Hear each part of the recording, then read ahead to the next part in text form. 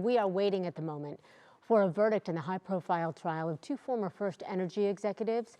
They're facing multiple corruption-related charges tied to Ohio's House Bill 6 scandal. Yeah, closing arguments finished up today, and the case is now in the hands of the jury.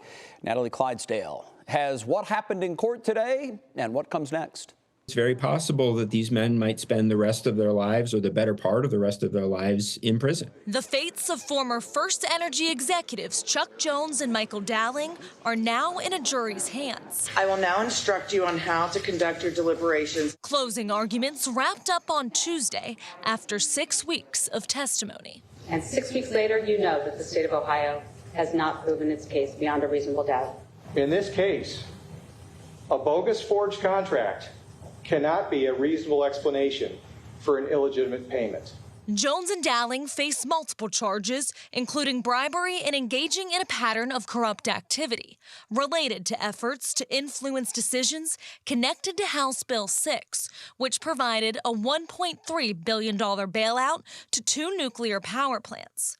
Prosecutors say the men paid former Public Utilities Commission of Ohio Chairman Sam Randazzo $4.3 million in bribes to secure rulings that benefited the company. The law does not allow you to call it business and politics as usual. On Tuesday, the defense argued Jones made a legitimate business decision when approving the payment tied to a settlement agreement, saying that the money was meant for a client group and Randazzo stole it. And because there was no bribe, there literally is no case. Jones's attorney also accuses the state of ignoring evidence and failing to preserve key interview records. Legal expert Michael Benza from Case Western Reserve University, who is not involved in this case, says he would not be surprised if the jury takes time to deliberate. I think that the defense, by taking on that burden of proving that it was all Randazzo, there's a difficulty. That's a tough line, but I also think there are problems for the state.